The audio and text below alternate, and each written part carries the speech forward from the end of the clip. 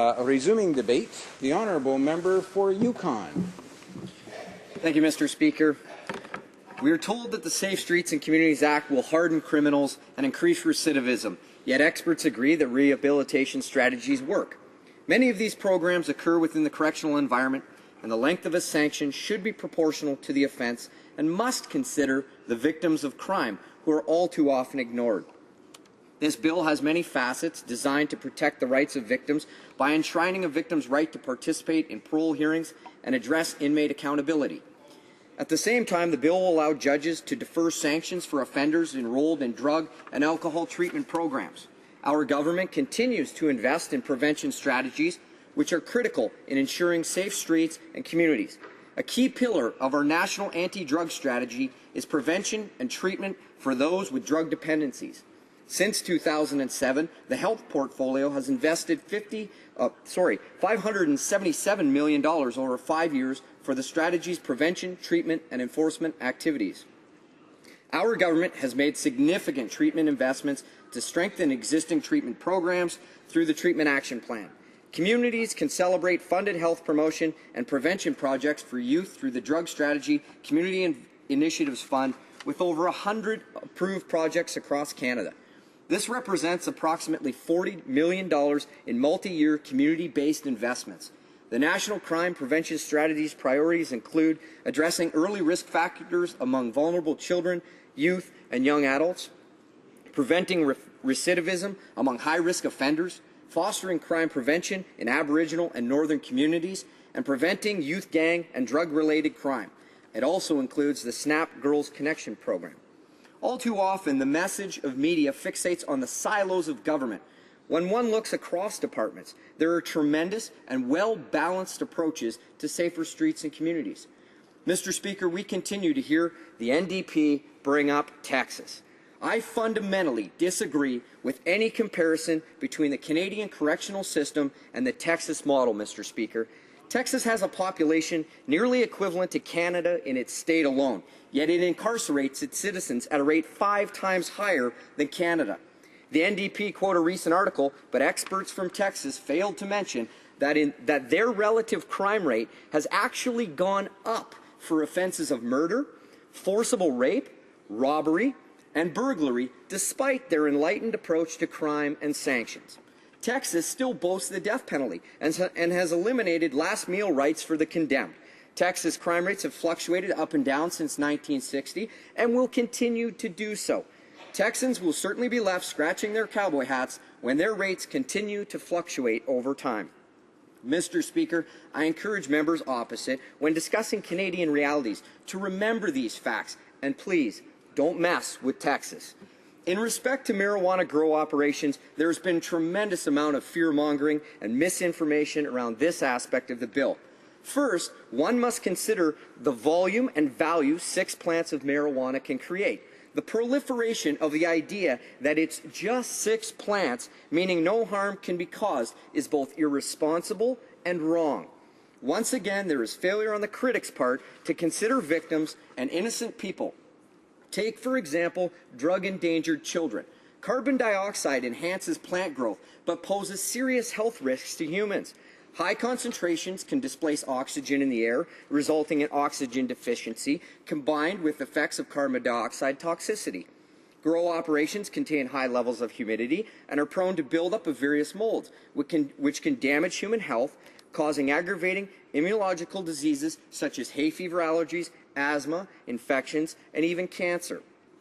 The likelihood of a house fire is 24 times greater in a home with a grow operation compared to an ordinary household.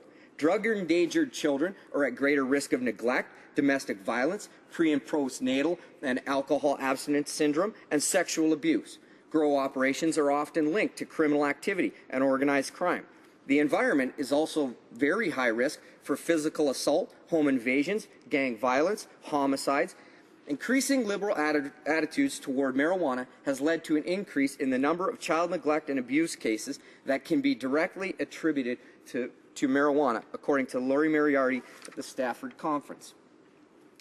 There is also a misnomer that this bill creates new criminals, when in fact all of the offenses dealt with are criminal, and our government is committed to dealing with the most reprehensible crimes in our society.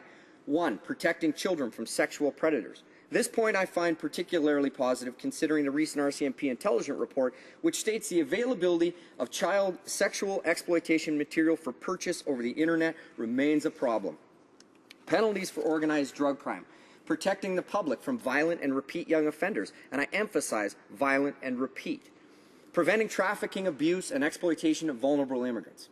Corrections Canada applauds the bill's efforts to address inmate accountability, responsibility, and management under the Corrections and Conditional Release Act, which protect and encourage inmates engaged in rehabilitation programming. On the topic of new prisons, initial projections of population increases from past legislation has not been realized. There's no link between new prisons and this legislation.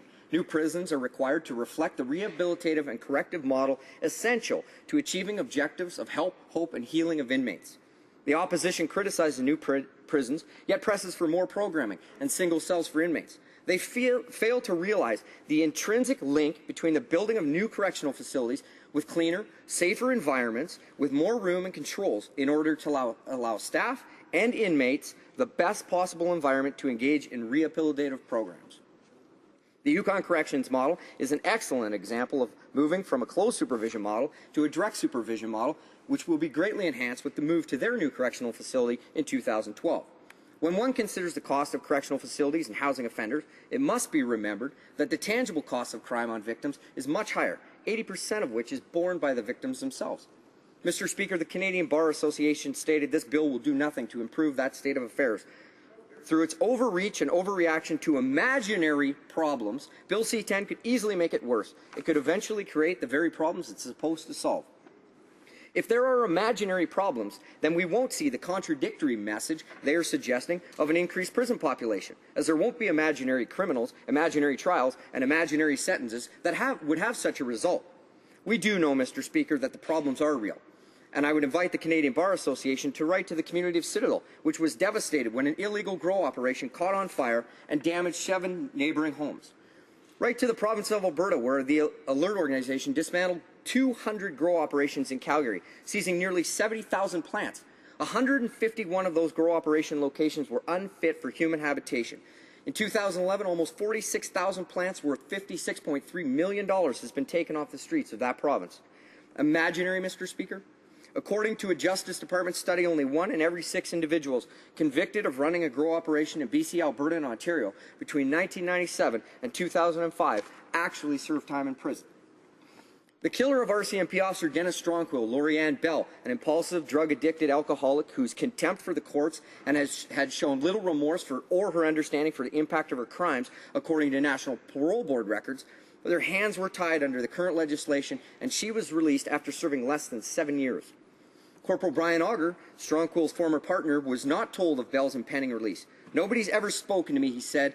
They should maybe talk to the people that were involved and get a better idea or understanding as to what the victim goes through. And Mr. Speaker, Bill C-10 will do just that and enshrine victim participation in parole board hearings and keep victims better informed about the behavior and handling of offenders. Perhaps the Canadian Bar Association and the NDP would like to reaffirm their position to Corporal Auger and Dennis Strongquill's family that our government is reacting to imaginary problems. Under this government, we have another 1,000 RCMP officers on the front line, and we have invested $400 million to help the provinces and territories recruit more police officers. The 9/11 attacks claimed 3,000 people, including Canadians. The 2002 Bali bombing attack was the deadliest attack in the history of Indonesia, and that killed Canadians as well. Were these imaginary problems? On a personal level, I have engaged youth in the communities to deliver teamwork, leadership, health, and anti-bullying workshops, which have engaged youth and community leaders and increased self-esteem in both the boys and girls who have participated.